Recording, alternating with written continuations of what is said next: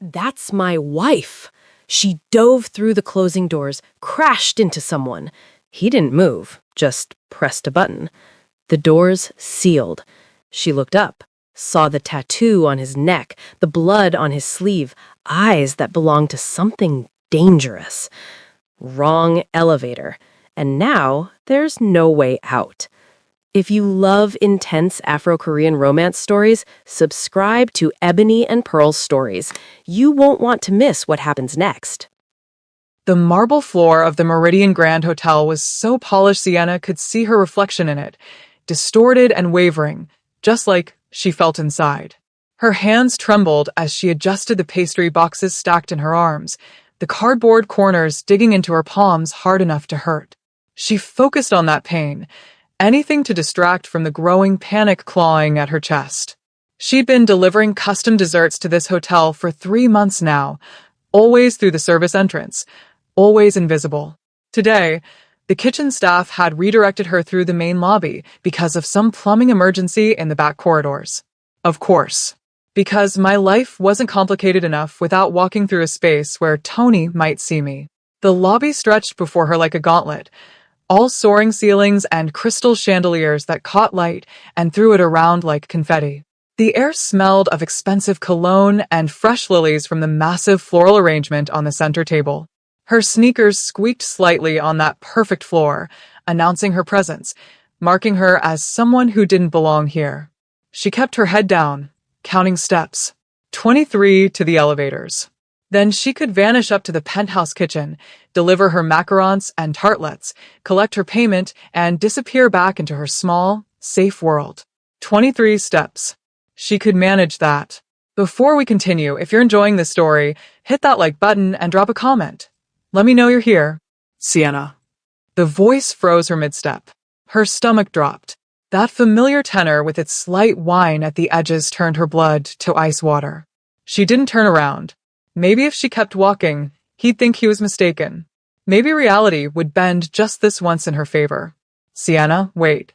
I know that's you. Footsteps behind her. Quick and determined. Her pulse hammered in her throat as she clutched the pastry boxes tighter and walked faster. 15 steps to the elevators. Just 15 more steps. Don't you dare ignore me. His hand clamped on her shoulder, spinning her around with enough force that she nearly dropped her carefully balanced boxes.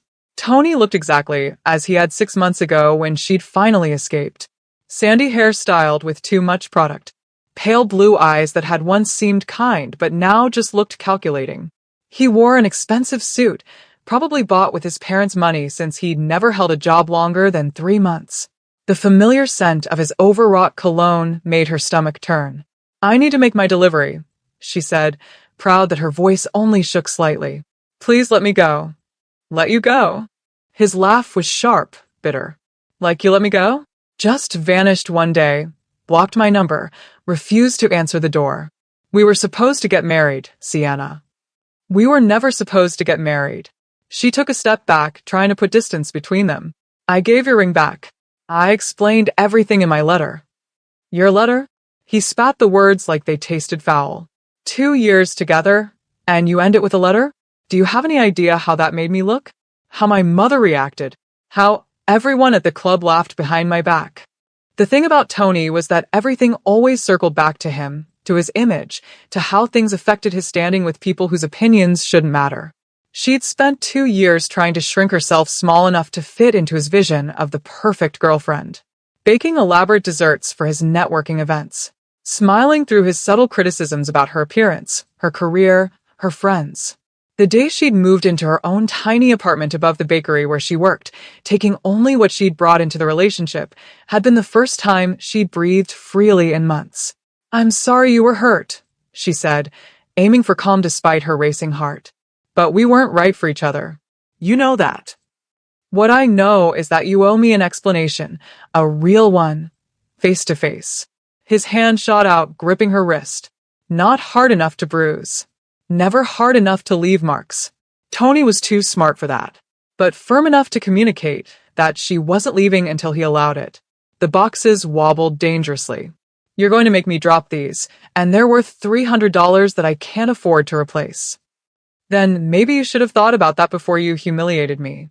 Her vision narrowed, the lobby around them fading as her focus tunneled to his hand on her wrist, to the familiar sensation of being trapped. This was how it had always been. His needs, his feelings, his control disguised as care. I promise myself, never again. Never again would I let someone make me feel this small. Let go of me. The words came out stronger than she expected, sharp enough that a passing couple glanced their way. Tony's expression shifted, his grip loosening slightly, but not releasing. We're making a scene, Sienna. You hate scenes. Just come to the bar with me. We'll have a civilized conversation like adults, then you can make your delivery. Her eyes darted past him, searching for help, for security, for anyone who might intervene. The hotel staff carefully looked away, trained to ignore minor disputes among guests and visitors. The well-dressed people in the lobby kept their distance, unwilling to involve themselves in someone else's drama. I was alone again. The realization galvanized her. She twisted sharply, breaking his grip with the move her friend had taught her in that self-defense class she'd taken after leaving him. The pastry boxes listed dangerously, but she managed to steady them as she spun away, her sneakers squeaking on that perfect marble as she lunged toward the elevators. Sienna. Tony's shout echoed through the lobby, his false civility shattered. She slammed her hand against the call button. Once, twice, 3 times, as if desperation could make the elevator arrive faster. Behind her, she could hear his footsteps gaining ground, no longer the measured stride of a man in control, but the angry pursuit of someone whose carefully constructed image had just cracked in public. The elevator chimed. That soft, mechanical sound was the most beautiful thing she'd ever heard. The brass doors began to slide open. Sienna didn't think, didn't look, didn't process anything except the shrinking space between her and Tony's reaching hand. She threw herself forward into the elevator, her shoulder slamming into something solid, immovable, and expensive smelling. Strong hands caught her arms, not grabbing, not controlling, just steadying, as her momentum carried her into a stranger's space. She looked up. Dark eyes met hers. Calm. Assessing. Utterly unshaken by the terrified woman who'd just crashed into him. The man was Korean. Tall. Navy suit that probably cost more than her car. Hair styled with deliberate precision.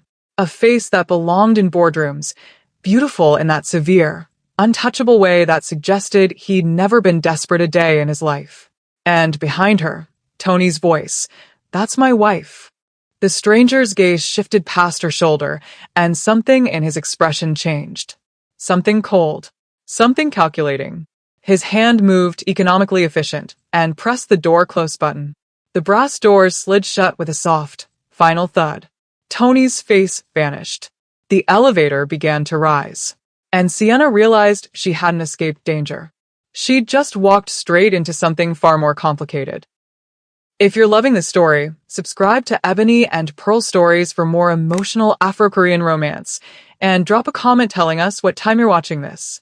The elevator hummed softly as it climbed, the sound almost peaceful if Sienna's heart wasn't still trying to break through her ribcage. She collapsed against the mirrored wall, legs trembling so violently she wasn't sure they'd hold her much longer. Her chest heaved as she tried to drag air into her lungs, each breath coming out shaky and too loud in the enclosed space. I just threw myself at a complete stranger. I'm trapped in an elevator going God knows where. Tony is probably losing his mind in the lobby. What was I thinking? Are you hurt? The stranger's voice cut through her spiraling thoughts, low, controlled, each word precisely formed with a Korean accent that made the English sound deliberate and careful. Sienna shook her head, then nodded, then pressed her hand over her mouth as a sound escaped that was half laugh, half sob. I'm sorry, she managed, her voice cracking. I didn't mean to. I just needed to get away from him. Your husband? He asked quietly, his dark eyes still fixed on her with that unsettling calm. Ex, Sienna said quickly, almost desperately.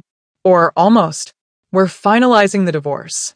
Today was supposed to be the last time I ever had to deal with him. The stranger said nothing, just continued watching her with an expression she couldn't read. Not judgmental. Not pitying. just assessing, like he was gathering information, filing it away for later use. The elevator jolted. Once. Twice. Then stopped. The sudden stillness made Sienna's stomach lurch. The overhead lights flickered, then dimmed to a muted emergency gold that cast everything in amber shadow. She let out a sound that might have been a laugh if it hadn't tasted so much like hysteria. Of course this would happen. The stranger, because that's all he was, a stranger she'd crashed into while running from her past, pulled out his phone. His movements were economical, efficient, like someone who never wasted energy on unnecessary gestures. He pressed a few buttons, his expression unchanging. No signal, he said finally, his voice betraying nothing. Not frustration, not concern, just stating a fact. He reached past her. Carefully, she noticed, making sure not to touch her, and pressed the emergency call button. Once. Twice. 3 times. Static crackled through the speaker, then nothing. "We will be here a while," he said, sliding his phone back into his pocket with the same measured calm he'd maintained since she'd literally thrown herself into his space. Sienna slid down the wall until she was sitting on the elevator floor, her pastry boxes forgotten beside her. She hugged her knees to her chest, suddenly aware of how small this space was, how trapped she was, how her carefully rebuilt life had just collapsed in the span of 10 minutes. "I'm sorry," she whispered again. "You didn't ask for this." "No," he agreed. Then, more softly, "But I'm here." He moved to the opposite wall and lowered himself to sit across from her, maintaining distance even in the confined space. He reached into his jacket pocket and produced a small bottle of water, the expensive kind hotels left in suites, and held it out to her. "You should drink something," he said. "Your breathing is too fast." Sienna took the bottle with shaking hands, grateful for something to focus on besides the walls closing in around her. The water was cool, clean, and she hadn't realized how dry her throat was until she took the first sip. Thank you, she said. Then, because the silence felt too heavy, "I'm Sienna. Sienna Carrington." Tae-sung, he replied, inclining his head slightly in what might have been a bow if they weren't both sitting on an elevator floor. The formality of it struck her as oddly comforting. Like despite everything that had just happened, there were still rules, still structure. "He's my ex-husband," she found herself saying, the words spilling out before she could stop them. "Tony Martins. We were together for 2 years. I left him 6 months ago." Tae-sung said nothing, just watched her with those dark, unreadable eyes. "He never hit me," Sienna continued, not sure why she was telling this stranger her life story, but unable to stop. People always ask that first. Like if there are no bruises, it doesn't count. But he didn't need to hit me. He just controlled everything. What I wore, who I talked to.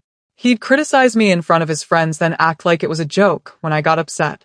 He'd tell me I was too sensitive, that I didn't understand how the world worked.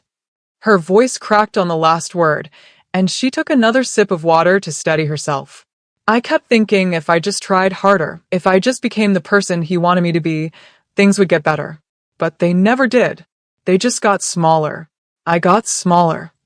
"And when you left?" Tae-sung asked. His voice was still calm, but there was something in it now. Attention, maybe. Real attention. Not just politeness. "I moved into a tiny apartment above a bakery. Started my own dessert business. It's not much, but it's mine. Every decision, every choice mine. I thought I was free." She let out a bitter laugh. "But he keeps finding me. Shows up at places he knows I'll be. Sends messages through mutual friends. Acts like I'm the unreasonable one for wanting space. For wanting to exist without him." Tae-sung was quiet for a long moment. Then Tony Martins. The way he said the name made Sienna look up. "You know him?" "I know of him," Tae-sung corrected, his tone careful. "His family has interests, business, ventures that occasionally intersect with my own." Something in the way he said interests made Sienna's skin prickle. "What kind of business ventures?" Tae-sung studied her, and she got the distinct impression he was deciding how much to tell her. The kind that required discretion. The kind where reputation matters. "Tony's family has money," Sienna said slowly. "Old money. His mother is always going on about their lineage, their connections. But I never really understood what they actually did. They facilitate things, Taesung said, for people who prefer their business arrangements to remain unofficial. The temperature in the elevator seemed to drop. Are you saying Tony's family is involved in something illegal? I'm saying, Taesung replied carefully, that Tony Martins has made noise in places where noise is unwise. That he has crossed lines that men in his position should know better than to cross. Sienna's heart rate kicked up again, but for a different reason now. How do you know all this? Taesung's expression didn't change, but something flickered in his eyes. A calculation, a decision made. Because men like Tony fear consequences only when those consequences have teeth. And I am someone who provides clarity about consequences. The words were measured, almost gentle, but they hit Sienna like ice water. This wasn't just a wealthy businessman trapped in an elevator. This was power, real power, the kind that didn't need to announce itself because everyone who mattered already knew. Are you?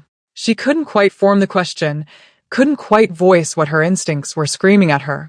Dangerous?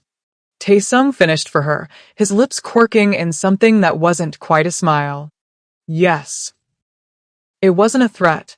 It was just a fact, delivered in the same calm tone he'd used to offer her water. Sienna should have been terrified. Should have been scrambling for the emergency button, screaming for help, doing anything except sitting here calmly drinking water with a man who'd just admitted to being dangerous. But instead, she felt something unexpected. Relief. Because for the first time since Tony had appeared in that lobby, she wasn't the most vulnerable person in the room. He won't stop, she whispered. Even if I move again, even if I change my number, he thinks I belong to him. He'll keep coming. Taesung's jaw tightened almost imperceptibly. Then he will need to be corrected. The elevator shuddered, the lights flickering again. Taesung stood smoothly, instinctively positioning himself between Sienna and the doors. The movement was automatic, protective in a way that made her chest tighten. When we get out of here, he said, his voice low and certain, you will not have to run from Tony Martins again. What are you going to do? Sienna asked, not sure if she wanted to know the answer. Taesung looked at her, his dark eyes holding hers with an intensity that made her breath catch. What needs to be done? The elevator lurched back to life, the lights snapping to full brightness. The car began its ascent again, numbers climbing on the display above the door. But Sienna barely noticed, because she just realized that walking out of this elevator with Taesung might save her from Tony. Or it might trap her in something far more dangerous than anything she'd escaped. The door slid open with a soft chime, and Sienna had to make a choice. If you're invested in Sienna's story, subscribe to Ebony and Pearl Stories and turn on notifications. There's so much more coming, and you won't want to miss what happens next. The elevator doors opened onto a marble-floored hallway that smelled of leather and money. Sienna didn't move. Taesung stood in the doorway, one hand holding the door sensor, waiting. Not rushing her. Not demanding. Just waiting. Beyond him, she could see a man in a black suit, younger, Korean, standing with a kind of rigid posture that suggested military training or something similar. When he saw Taesung, he bowed slightly, his eyes flicking to Sienna with barely concealed curiosity. Boss, the man said in Korean, then added in accented English, the car is ready when you are. Boss. The word hung in the air between them. Sienna's hands tightened on the water bottle Taesung had given her, the plastic crinkling under her grip. She looked at Taesung, really looked at him for the first time since she'd crashed into his face. The navy suit that fit like it had been tailored specifically for his frame. The way he held himself, spine straight but movements fluid, like someone who'd never doubted his right to occupy any space he entered. The faint scar she could now see at his collarbone, barely visible where his shirt collar opened, thin, precise, the kind of mark left by something sharp wielded with intent. And his eyes. Dark, calm, assessing everything without revealing anything. This wasn't a businessman. This was something else entirely. You can walk out alone, Taesung said quietly, his voice pitched for her ears only. The lobby is 2 floors down. Hotel security will escort you to your car if you ask. Tony has likely been, encouraged to leave by now. Encouraged? Sienna repeated, her voice barely above a whisper. My people made a phone call. Tony Martins is not welcome in this hotel anymore. My people. Just like that. One phone call, and Tony, who'd spent the last 6 months tracking her down, showing up wherever she went, refusing to accept that she'd left, was banned from a 5-star hotel. How did you? This is my hotel, Tae-sung said simply.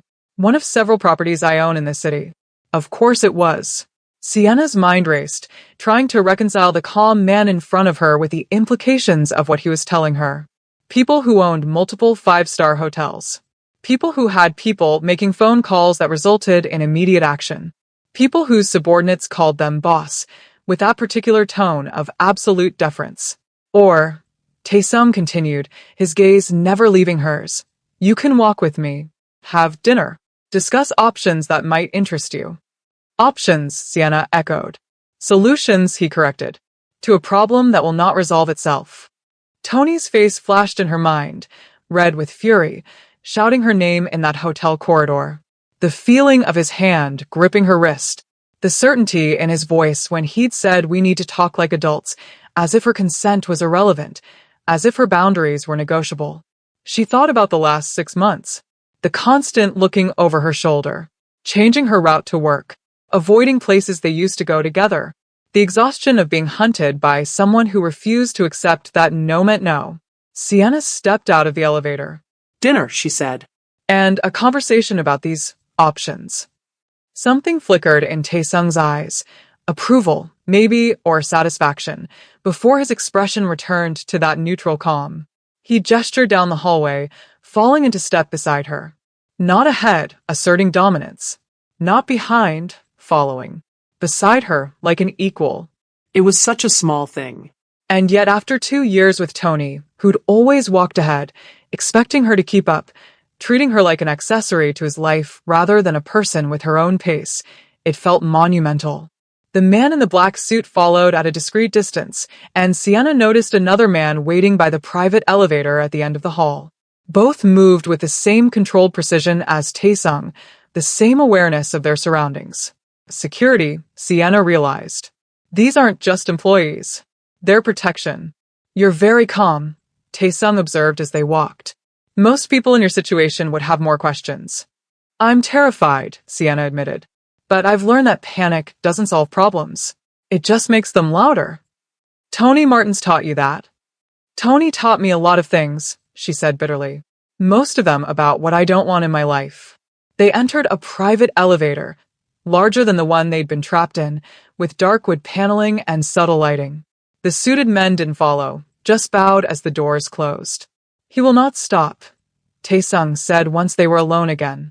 Men like Tony Martins do not accept rejection.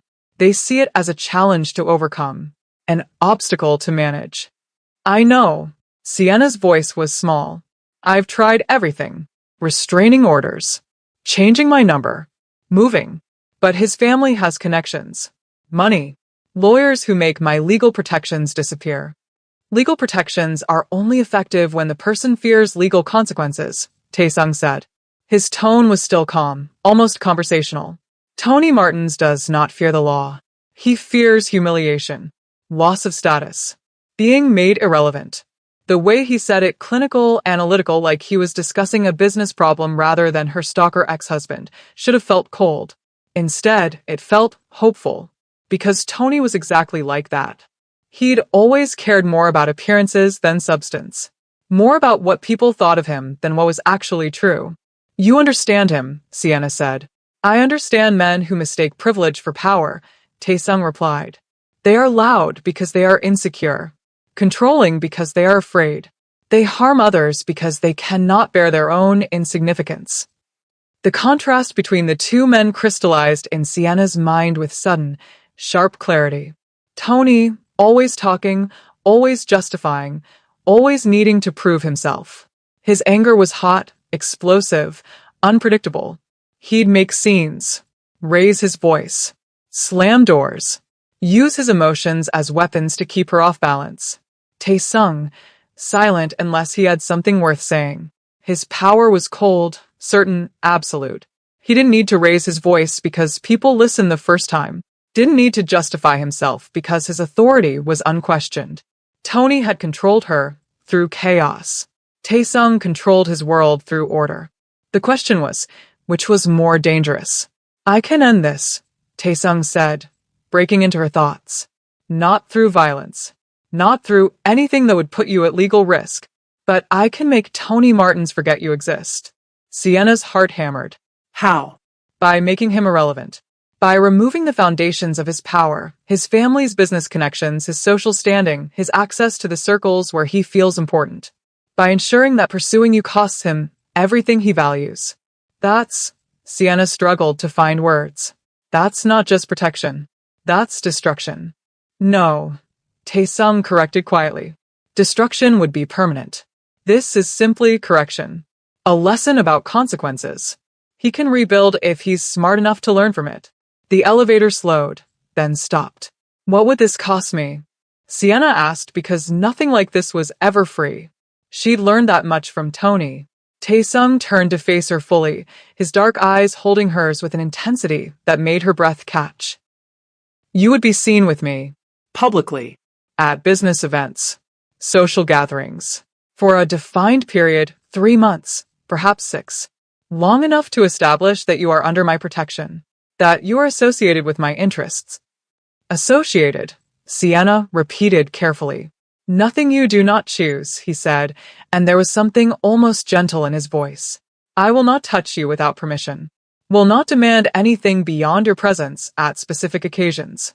You will have your own space, your own freedom, but publicly you will appear to be someone I have claimed interest in. The word claimed sent a chill down her spine. And if I say no, then you walk away now. I will still ensure Tony is escorted from my property tonight. But tomorrow, he will return to your life. And eventually, his persistence will trap you somewhere I cannot intervene. Sienna's hands were shaking again. She pressed them together, trying to still the trembling. This feels like trading one cage for another. Perhaps, Taesung acknowledged. But this cage has an exit date, and the lock is on your side. The doors opened onto a rooftop restaurant. Intimate, exclusive, the kind of place that didn't take reservations because it didn't need to advertise. The city spread out below them, lights beginning to sparkle as evening approached. You're asking me to trust you, Sienna said. A man I met 30 minutes ago. A man who just admitted to being dangerous. No, Taesung corrected. I'm asking you to make a strategic choice. Trust can develop later, or not at all. This is simply a transaction. Your visibility beside me in exchange for Tony Martins's permanent absence from your life. The elevator door began to close, and Sienna realized this was the moment. Stay in the elevator. Go back down. Return to her tiny apartment and her small business and the constant fear that Tony would show up again. Or step out into Taesung's world and accept that protection always came with strings attached. She thought about the last 6 months. The exhaustion. The fear. The way Tony had stolen her peace even after she'd escaped his presence. She stepped forward. The doors closed behind her with a final, quiet click. And Sienna Carrington realized she'd just made a deal with someone far more dangerous than her ex-husband. The question was whether she'd been saved, or simply caught in a more elegant trap. You've made it this far. Thank you for being part of this journey. Subscribe to Ebony and Pearl Stories for more intense Afro-Korean romance, and drop a comment with your thoughts on Sienna's choice. The rooftop restaurant was unlike anything Sienna had ever seen. Floor-to-ceiling windows wrapped around 3 sides, offering a panoramic view of the city as twilight settled over it like a blanket. The interior was all dark wood and soft lighting, with maybe a dozen tables spaced far enough apart that conversations couldn't be overheard. Classical music played quietly in the background, something orchestral that Sienna couldn't name, but felt in her chest. Every table was occupied by people who looked like they belonged here. Men in suits that probably cost more than her car. Women in elegant dresses that moved like water. The kind of people who made decisions that affected thousands of lives before their morning coffee. And they all paused when Taesung entered. Not obviously. No one stared. But Sienna felt the shift, the subtle acknowledgement, the slight inclination of heads, the way conversations paused for just a beat before resuming. This was his world, and everyone in it knew exactly who he was. A hostess appeared immediately, bowing deeply. Mr. Your usual table is ready. Tae-sung inclined his head and gestured for Sienna to walk ahead of him. She noticed he positioned himself so that he was between her and the room, not possessively, but protectively, like a shield she hadn't asked for, but suddenly felt grateful to have. Their table was in the corner, with a view of the city, but also a clear sight line to the entrance. Tactical, Sienna realized. He'd chosen a position where he could see everything coming. A man approached as they sat, older, Korean, with silver at his temples and sharp eyes that missed nothing. He bowed to Tae-sung, then spoke in rapid Korean. Tae-sung's expression darkened slightly. He responded in the same language, his tone clipped, authoritative. The man bowed again and withdrew, pulling out a tablet as he left. What was that about? Sienna asked, though part of her wasn't sure she wanted to know. Hotel security, Tae-sung said, his voice carefully neutral. Ask them to review footage from the lobby. Sienna's stomach tightened. Tony. Yes. The man returned a moment later, the tablet in hand. He set it on the table, angled so both Tae-sung and Sienna could see the screen, then stepped back. The footage was black and white, time-stamped 20 minutes ago.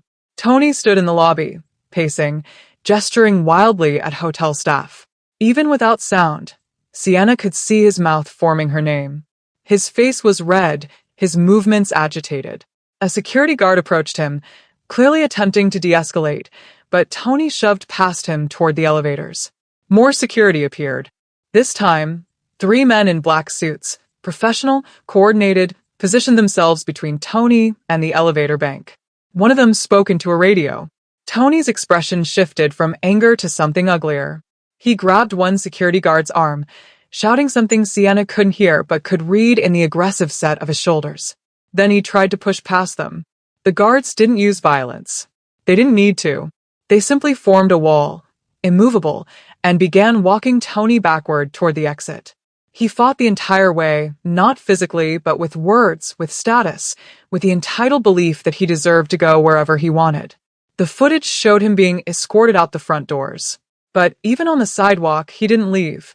He stood there, staring at the building, phone pressed to his ear, making calls, pulling strings, refusing to accept that he'd been denied. The timestamp continued.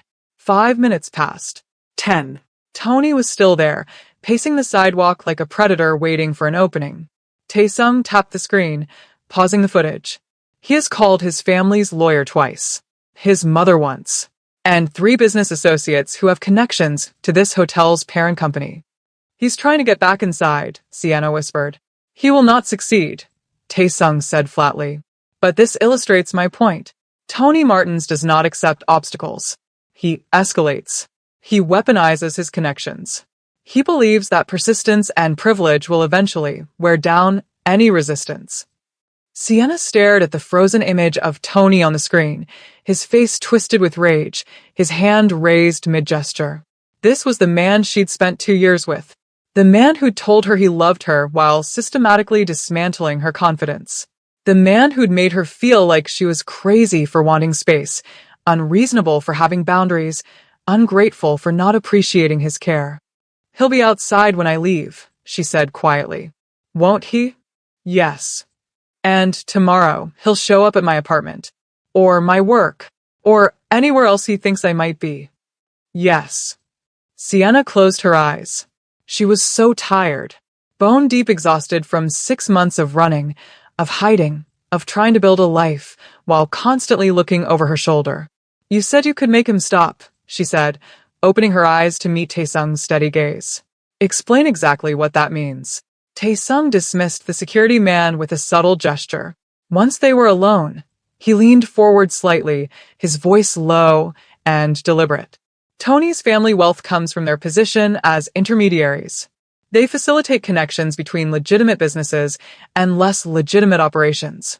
They trade in access, in discretion, in the appearance of respectability. Money laundering? Sienna asked. Among other things. They are not major players, They survive by being useful to more powerful interests, by maintaining relationships, by never drawing unwanted attention. And if they drew attention, those more powerful interests would cut ties. The family's business would collapse. Their social standing would evaporate. They would become irrelevant. Sienna processed this, her mind working through the implications. You're saying you can destroy his family's business. I'm saying I can make it clear that Tony Martins is a liability, that his inability to control his obsessions makes him dangerous to associate with. Once that message is delivered, his family will handle him themselves. They will cut him off financially, socially, and emotionally if that's what it takes to preserve their position. It was ruthless, calculated, and exactly the kind of consequence Tony would actually fear. And all I have to do is be seen with you, Sienna said slowly. Let people think we're what? Dating. Involved, Taesung corrected. The exact nature is irrelevant. What matters is the perception that you are under my protection, that harming you, or even bothering you, would be a direct insult to me. Sienna's hands trembled in her lap. She clasped them together, trying to still the shaking. This is a lot of power to have over someone's life, she whispered. Yes, Taesung agreed. Which is why I'm giving you a choice. Walk away now. Take your chances with Tony and the legal system. Or accept my offer. 3 months of public association in exchange for permanent freedom from him. 3 months, Sienna repeated. After which you are free to go. Our arrangement ends. You return to your life, and Tony Martins will no longer be part of it. It sounded too good to be true. Too clean. Too simple. Sienna thought about the last 2 years with Tony. How he'd started with small suggestions. Wouldn't you be more comfortable in this dress instead? Then criticism disguised as concern. I just worry that your friends aren't ambitious enough for you. Then isolation. Why do you need other people when you have me? She'd lost herself so gradually that she hadn't noticed until she'd looked in the mirror one day and couldn't recognize the hollow-eyed woman staring back. It had taken everything she had to leave, to reclaim her name, her space, her right to make her own decisions. If I agree, Sienna said carefully, I need conditions. Taesung's expression didn't change, but she saw interest flicker in his eyes. Name them. My business stays mine. You don't invest in it. Don't send clients my way. Don't involve yourself in how I run it. I built it myself, and I'm keeping it that way. Agreed. I keep my apartment. I don't move into your space or give up my independence. Agreed. And if at any point I say I'm done, if this feels like it's crossing lines I'm not comfortable with, we end the arrangement. No questions, no retaliation, no consequences. Taesung studied her for a long moment, and Sienna forced herself to hold his gaze. She wouldn't shrink, wouldn't apologize for having boundaries, wouldn't make herself small to fit into someone else's plans. Never again. You've learned, he said finally, and there was something like approval in his voice. You've learned to negotiate for yourself. I learned what happens when I don't, Sienna replied. Then we have an agreement. Taesung extended his hand across the table. 3 months of public association. Your independence maintained. Clear boundaries respected. And at the end, Tony Martins will be nothing more than an unpleasant memory. Sienna looked at his hand. Elegant fingers, clean nails, a simple watch that probably cost more than her entire inventory of baking supplies. This was insane. She knew it was insane. But she also knew that Tony wouldn't stop. That legal protections were useless against someone with money and connections. That she was so tired of being afraid. She reached out and shook Taesung's hand. His grip was firm, but not crushing. Warm, but not invasive. He held her hand for exactly the appropriate amount of time, then released it. I'll have my attorney draw up a contract, he said. Something that protects both of us legally. A contract, Sienna repeated, almost wanting to laugh. For a fake relationship. For a business arrangement, Taesung corrected. Which is what this is. I provide protection and social visibility. You provide the perception of association. Everything else is optional. A server appeared with menus, and the moment shifted into something that felt almost normal. Almost like a regular dinner date. Except it wasn't. Because somewhere below them, Tony Martins was still pacing the sidewalk, making phone calls, refusing to accept defeat. And when he finally learned who Sienna was standing beside, what would he do? Would he finally give up? Or would this escalate into something none of them could control? If this story has you hooked, subscribe to Ebony and Pearl Stories for more. Sienna's journey is just beginning, and you won't want to miss what comes next. The first public appearance came 3 days later. Sienna stood in front of her bathroom mirror, adjusting the dress Taesung's people had delivered that morning. It was elegant, deep emerald green that complemented her skin, fitted but not restrictive, expensive without being ostentatious. The kind of dress that announced you belonged in certain spaces without needing to shout about it. She barely recognized herself. Her phone buzzed. A message from Taesung. Car arrives in 10 minutes. No pressure. But the contract is signed. He'd been true to his word. The contract had arrived the next day, professionally drafted, clear boundaries outlined, exit clauses that gave her complete autonomy. Her attorney had reviewed it, found nothing predatory, and admitted grudging respect for how thorough it was. This man is either genuinely honorable or extremely good at appearing that way, her attorney had said. Either way, you're legally protected. Legally protected. The phrase felt almost laughable after years of restraining orders that Tony had violated with impunity. Sienna took a deep breath, smoothed down the dress one more time, and grabbed her clutch. Time to find out if she'd made a deal with a savior or just a more sophisticated trap. The charity gala was being held at another of Taesung's hotels, this one even more opulent than the Meridian Grand. Sienna stepped out of the car onto a red carpet lined with photographers and felt her stomach drop. I didn't realize there would be press, she said quietly to Taesung, who'd appeared at her elbow the moment the door opened. That's the point, he replied, offering his arm. Tony needs to see that you're visible. Protected. Claimed. The word claimed still made her skin prickle, but she took his arm anyway. The moment they entered together, she felt it, the shift in attention. Heads turned. Conversations paused. People didn't stare outright, but Sienna could feel eyes tracking them as they moved through the ballroom. Who is she? Someone whispered, not quite quietly enough. Taesung doesn't bring anyone to these events. Another voice responded. She must be important. Taesung's hand rested lightly on the small of her back, not possessive, not controlling, just present. A subtle message to everyone watching. She's with me. And the terrifying part was how safe it made her feel. A man approached, older, white, with the kind of confident smile that came from decades of power. Taesung, good to see you. And who is this lovely young woman? Sienna Carrington. Taesung said, his tone cordial but with an edge that suggested the question had been noted. Sienna, this is Richard Chun, CEO of Pacific Holdings. Sienna shook his hand, forcing herself to smile despite the anxiety clawing at her throat. Pleasure to meet you. Carrington, Richard repeated thoughtfully. Any relation to the Carringtons in Boston? No, sir. I'm from here. I run a small dessert business. Small for now. Taesung interjected smoothly. Her work is exceptional. The way he said it, like her success was inevitable, like her business mattered, made something warm unfurl in Sienna's chest. Richard smiled. Well, any friend of Taesung's is worth knowing. Perhaps we could discuss catering options for our next corporate event. Before Sienna could respond, Taesung's phone buzzed. He glanced at it, his expression unchanging, then excused himself briefly. When he returned a few minutes later, there was something different in his eyes. Not satisfaction exactly, but confirmation. What happened? Sienna asked quietly once they were alone at their table. Tony Martins attempted to use his family's connections to gain entry tonight, Taesung said. He was unsuccessful. He's here? Sienna's pulse spiked. He was. He's been escorted off the property, along with a message. What kind of message? Taesung's gaze held hers. That his behavior has attracted unwanted attention.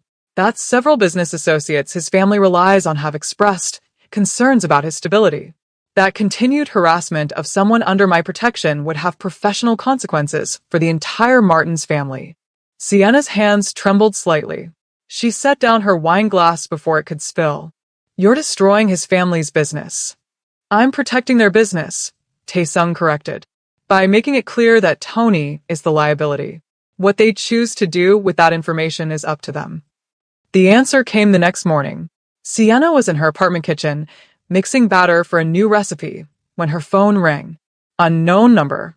She almost didn't answer, but something made her pick up. Sienna? It was Tony's mother, Victoria Martins. Her voice was cold, clipped, furious.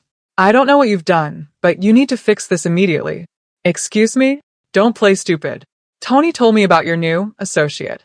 Do you have any idea who you're involving yourself with? What kind of man Tae-sung is?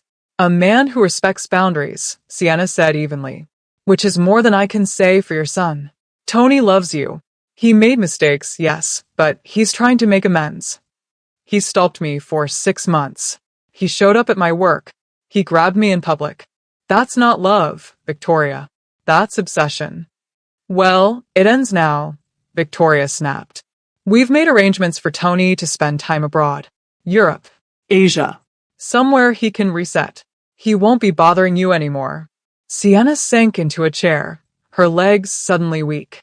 You're sending him away. We're protecting our family's interests, which your new boyfriend made very clear were at risk if Tony continued his behavior. The line went dead. Sienna sat in her quiet kitchen, sunlight streaming through the windows, and felt something she hadn't experienced in over 2 years. Peace. The next 3 weeks passed in a blur of galas, dinners, and carefully orchestrated public appearances. Sienna learned the rules of Tae-sung's world, how to read the hierarchies in a room, how to navigate conversations where business was discussed in metaphors, how to recognize the difference between genuine allies and opportunistic predators. Tae-sung was patient. He never pushed, never demanded. Their relationship remained exactly what the contract specified, professional, bounded, clear. But something was shifting. The way he remembered that she preferred sparkling water over still. How he positioned himself at events so she always had an exit route if she felt overwhelmed. The quiet conversations and car rides between venues where he'd ask about her business, her goals, her life before Tony, and actually listen to her answers. One evening, as they left another event, Sienna realized something startling. She hadn't looked over her shoulder once all day. Hadn't checked her phone obsessively for messages from blocked numbers. Hadn't mapped out escape routes in her head. Hadn't felt that familiar knot of anxiety in her stomach wondering when Tony would appear. You're smiling, Tae-sung observed as they settled into the back of his car. I am, Sienna said, surprised by it herself. I just realized. I feel safe. Something flickered in his expression.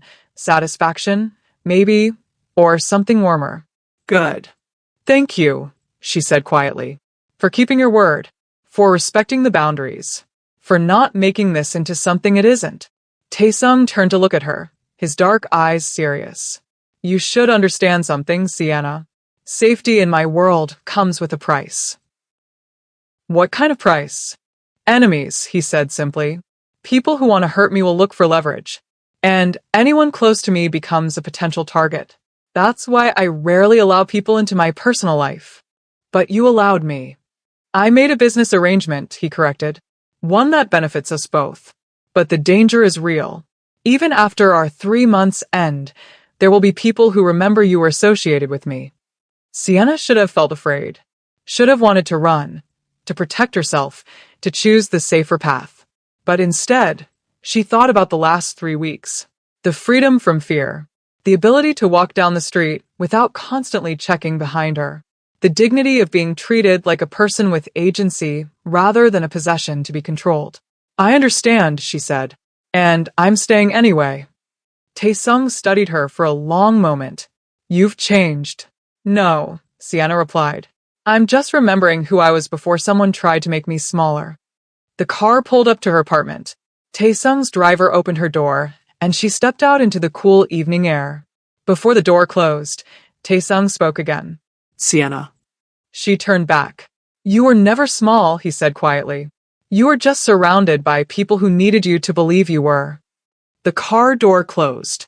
The vehicle pulled away, and Sienna Carrington stood on her quiet street, 3 blocks from her tiny apartment above a bakery, wearing a designer dress paid for by a dangerous man who'd somehow given her back something she'd thought was lost forever.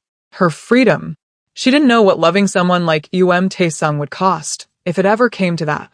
She didn't know if this arrangement would end in 3 months or transform into something neither of them had planned for. She didn't know if the safety he offered was real or just another cage with prettier bars. But for the first time in years, when she thought about tomorrow, she wasn't afraid. And that was enough. Thank you for watching Sienna's journey. Subscribe to Ebony and Pearl Stories for more emotional Afro-Korean romance. There's so much more to come, and this is just the beginning. Hey, beautiful souls. If you've made it to this very moment right here with me, then you already know. Sienna's story touched something in you. And honestly, that means the world to me. I pour my heart into every single story I bring to you. And knowing you stayed until the end, it tells me you felt what I felt when I was creating this. That connection, that's everything. Now, I have to be honest with you. The next story? Oh, it's gonna wreck you in the best way possible. I'm talking about the kind of emotional roller coaster that makes you gasp out loud, the kind that keeps you up at night thinking, what happens next? It's already waiting for you, and I promise you don't want to miss it. That image on your screen right now? Click it. Trust me, your heart will thank you later. And before you go, because I know some of you beautiful people are about to disappear on me, can you do me one tiny favor? Drop a comment and tell me where in this beautiful world you're watching from. I read every single one, and it makes my day knowing this little community we're building reaches across cities, countries, continents. If you haven't said hi yet, this is your moment. Don't be shy. Let me know you're here. Because, honestly, your presence matters. You matter. All right, my love. Go ahead and click that next story. I'll see you there.